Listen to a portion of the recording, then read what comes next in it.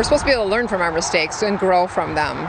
And with fentanyl, you don't get another chance to grow. I don't wish this pain to any parent out there. No mother wants to wake up and have to find the news that their child has been taken. When it's fentanyl, it only takes one pill to stop your heart.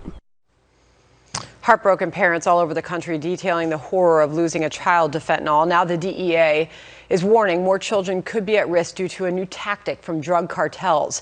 Agents nationwide are increasingly seizing rainbow-colored fentanyl pills when detaining drug smugglers. The pills look just like candy, and officials say the bright colors are designed to attract younger users. And law enforcement is warning drug sales are continuing to be widespread on social media platforms.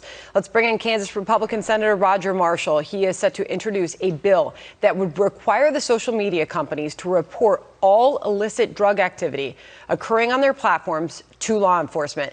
Thank you very much for joining us, sir. Huge problem, terrifying time to be a teenager in America when you've got rainbow fentanyl, a version of this illicit synthetic opioid. It can be found in pill form. It can look like candy. Some describe it as powdered looking substance that looks like sidewalk chalk, that these kids one time and it can take their life. What do you plan to do about it? It's happening in your state. Yeah, Sandra. One pill can kill. And let me just share the story of Cooper Davis, who we're naming this legislation after. Cooper and 3 of his friends got 2 Percocet tablets, purchased them from an app called Snapchat. They took those 2 Percocet tablets, split them in half. Cooper took 1/2 of what he thought was a Percocet tablet and died. So actually a half a tablet can kill anybody. So we want all that social media, whenever there's any type of illicit drug trafficking going on, we want them to proactively reach out to law enforcement officers and stop this. This is poisoning. These children, young adults, the #1 killer of young adults is fentanyl poisoning, and it's poisoning. This is not an accidental overdose. We're asking our DAs, our county attorneys to start trying this as capital murder, but specifically social media, we need your help. Parents, please take a look at what's going on in your children's social media as well.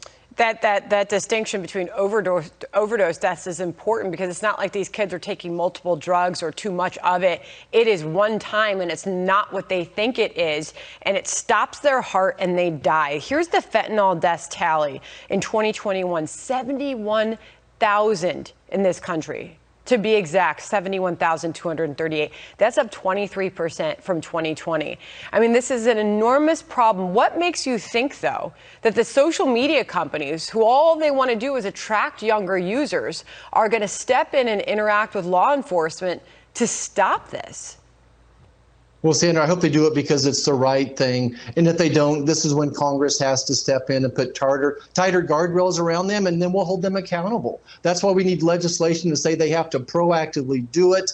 And I just can't go any further than to say this wouldn't be so bad if it wasn't for Joe Biden's open borders. Last month, they seized a ton, 2,000 pounds of fentanyl at the border. This is going to get worse. The kids are all going back to school. Parents, please reach out, talk to your children, and warn them. One pill can kill. And you just think about all those kids, especially those younger teenagers who are getting on social media platforms for the first time. Parents aren't always looking or able to look over their shoulder, and they just can't see this activity. The social media giants, to your point, though, they can, and they can step in and do something about it. We'll watch what happens with that.